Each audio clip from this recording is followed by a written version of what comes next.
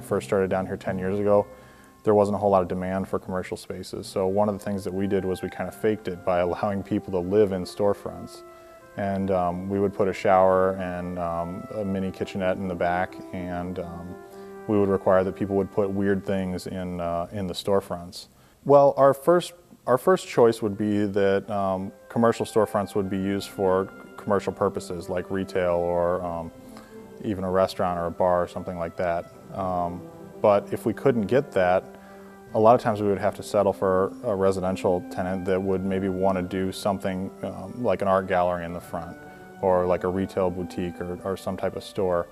And if we couldn't get that kind of hybrid of live-work, we might just have to rent to somebody who just wanted a place to live. And if that was the case, we would require it in the lease that they put something unique, weird, or interesting in the storefront windows to maintain the aesthetic of the street, keep it looking alive, and have it contribute to the district and that pedestrian experience. We view our organization as kind of a social enterprise. Profit is definitely not number one on our list. We hope that the projects that we do are a catalyst for further development and other investment in the neighborhood. So one of the first projects we did down here was the building at 2608 Cherokee.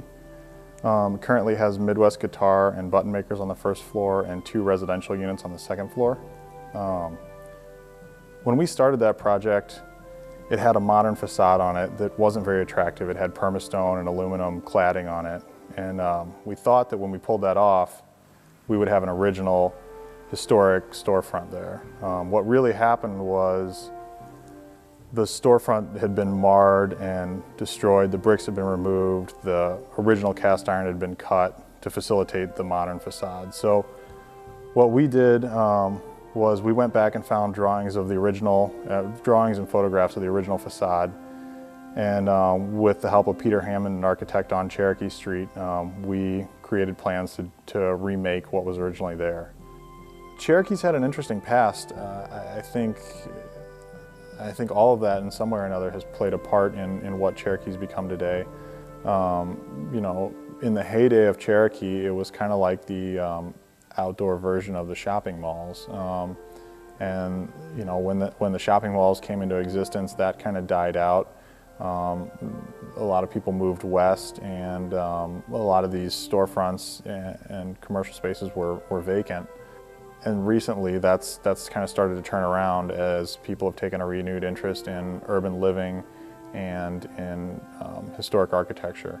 One of the other great things about Cherokee is the diversity, and it's not just cultural diversity or ethnic diversity. We've also got economic diversity, and we've got diversity of architecture, we've got diversity of business types, and I think that makes for a really eclectic, interesting business district. Well, I think the end goal is to create a place that is unique and interesting and has a sense of place and is a place where people want to hang out. And I think in order to do that, it has to be a vibrant area. It has to feel like it has energy, and it has to feel alive.